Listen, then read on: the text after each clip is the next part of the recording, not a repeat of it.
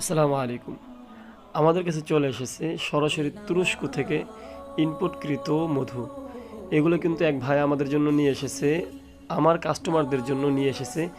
কারণ এগুলো দেখেন মানে বাহিরের মধু এবং দেশের মধুটা আপনারা যারা চাকসহ নিছেন তারা এর মধ্যে পার্থক্যটা দেখলেই বুঝতে পারবেন। আশা করি ভিতরে মানে মুখে দিতে হবে না, তার আগেই বুঝতে পারবেন যে এটা কতটা প্রিমিয়াম এবং এটা কতটাই লোভনীয়।